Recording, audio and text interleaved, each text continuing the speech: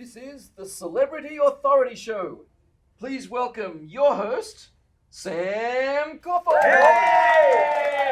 Well, I'm excited today because here I have Luke Vanderpeer here in the studio. Thank you so much, Luke, for joining us. Thank you very much for having me, Sam.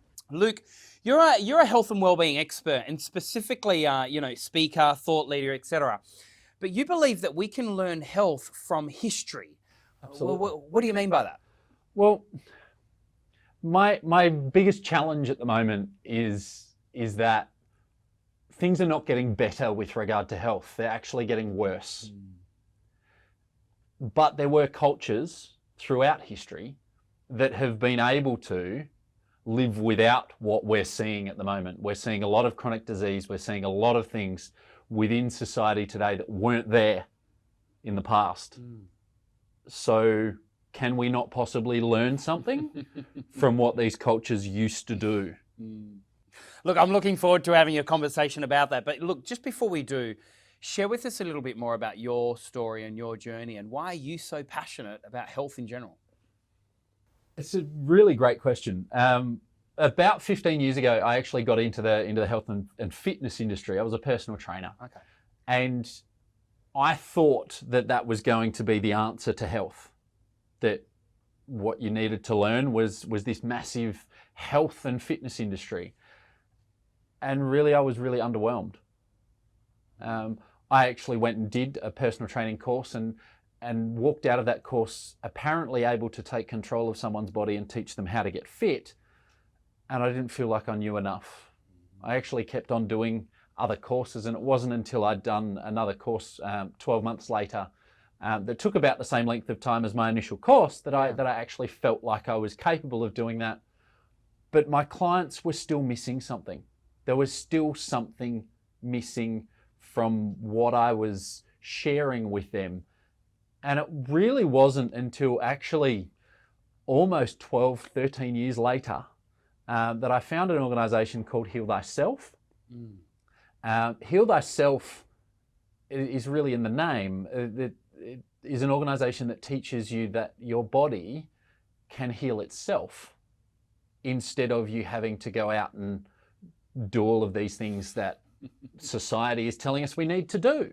Mate, it's a multi-trillion-dollar business in general health, as we hear. Share with us a little bit more about what you were saying earlier on, that we can learn from previous cultures. Yeah, absolutely. So the ancient Egyptian culture is a culture that is still reputed today to have been one of the healthiest and most hygienic to have ever lived. Which is fascinating to think, isn't it? It is, but we're not doing the practices that they did. Okay. It's really, for me, it's not rocket science. It's like... Well, what were some of the practices? Well, they would cleanse themselves. Okay. So with every moon cycle, they would actually do a fast. So 10 times a year, they were actually giving their digestive system and their body a break and allowing their body to actually detoxify naturally. That's brilliant. But you take that a step further, and they were actually giving their body an opportunity to do that every day. So for the last 18 months, I've actually myself been intermittent fasting. Now, intermittent fasting is a big buzzword out there in the industry at the moment. There are lots of different ways to do it. Okay. How the Egyptians did it, and where the evidence of this actually comes from. Have you heard of the book called The Essene Gospel of Peace? No, go on. The Essene Gospel of Peace is a translation of one of the Dead Sea Scrolls. And within there is a section of that says that if you eat more than twice a day, you're actually inviting evil into your body. Now, that's a pretty hardcore statement. It is, absolutely, it is. And I'm not quoting the book word for word, and it is a translation. So I'm not a religious person, so I don't necessarily believe in the whole good versus evil and all of those things, but that for me was really powerful, because in that passage it also says, eat once when the sun is highest in the sky, and again after the sun has set. Society today is telling us to eat breakfast. Yeah. And then morning So- tea, and then something- lunch, and then afternoon tea, and Well, then dinner, the and then in- dessert. I mean, the- come on. The industry that I was in was teaching me to eat 6 times a day. So what the Egyptian culture used to do is break the day up into 3 8-hour periods. 8 hours to consume your food, Yeah. 8 hours to assimilate that food into your body, and then 8 hours to allow your body to detoxify the byproducts of the food you've eaten. Society today is not giving the human body an opportunity to actually detoxify naturally every day. And there's so much science out there, and everyone nowadays has an opinion on our health and so on and so forth. I'm assuming obviously you're now doing it, and obviously you're seeing the fruit of that as well. For people out there that have heard every single version under the sun, what's something simple that you could even encourage them to do? Is it as easy as having 2 meals a day from now on, or? Well, it is, but also it isn't, because people will then start to put pressure on themselves. Yeah, okay. So much of your physical body is not actually physical. I can tell everyone in this room and in every room in the world to only eat 2 times a day. But there are going to be people who are going to sit there and say, but I'm just fat. So they're going to remain fat. Through the processes of what I've done, I've actually, in the last 18 months, lost between 20 and 30 kilos, 10 inches around my waist, all sorts of different things. Thank you. But this is not about me. This is about the simplicity of it. Is there a formula or something that you can teach us? It is about getting mindset Absolutely. right first. Yeah. Well, there are 4 elements to what I teach. Okay. The first one, and I believe the most powerful, is actually the process of moving beyond knowing and into doing. So my mentor talks about the difference between gnosis, praxis, and intellicus. Okay. To know, to do, and to be. We know how to be healthier than we are. We know that we need to eat whole food. We know that we need to exercise. We know that we need to drink more water. We know that we need to breathe deeply. We know that we need a good night's sleep. We know all of these things. But do we do it? Exactly right. We don't. Yeah? On the most part, most people don't. And so that's the most important bit, is actually getting from knowing into doing. And the reason why most people don't is because they put pressure on themselves to do it every day, every minute of every day. Every minute of every day is a new minute.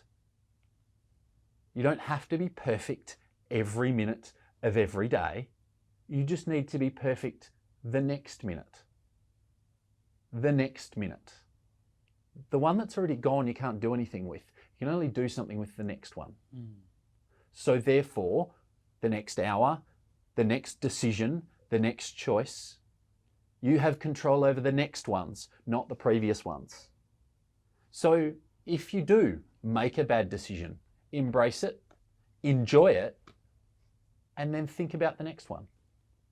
The more you think about the next one, the more likely you are to actually make a different choice. You make it sound so simple. We've complicated the industry so much, yet it is about going back to basics in a way, yes? Absolutely. Yeah. Absolutely. Because those choices, and each choice stacks on top of the last one. Yep. Yep. And yes, there's going to be ones that don't fall into this stack, but it's about making the good stack bigger each day. What's next for you, Luke? What's next for me? I am passionate about sharing this simplicity. Yeah. And what I would love to do, I actually work in a corporate environment as well as share this message. And so I see this message as something that can be put and spread in the corporate industry, because that's what I'm able to do. I sit at a desk 8 hours a day, and yet I'm still working and improving my health every day. That's fantastic.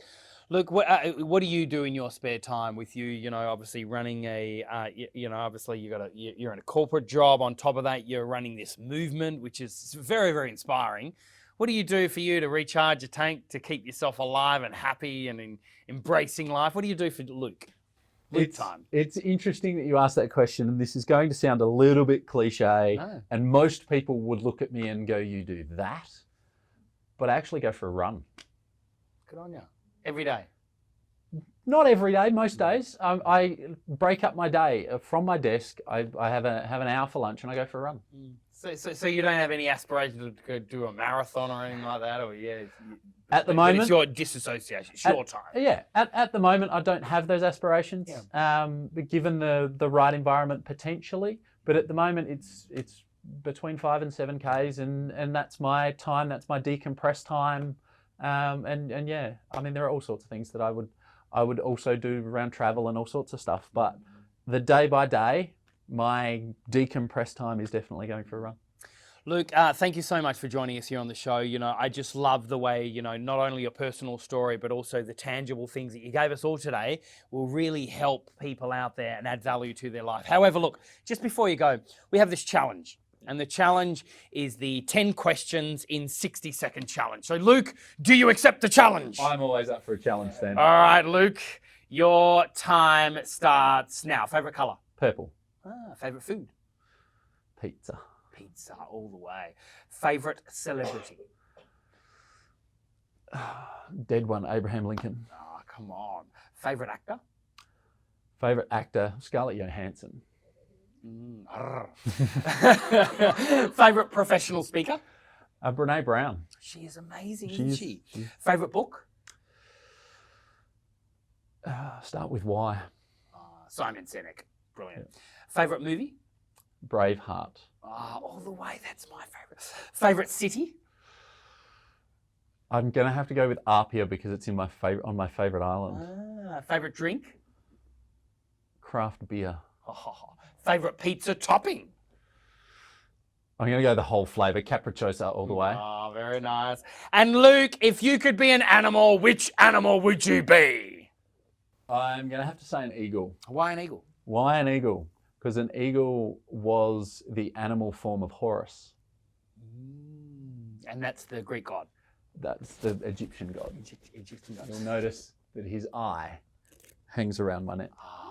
Very good. Luke Vandermeer, thank you so much for joining us here on the Celebrity Authority Show. Thank you very much.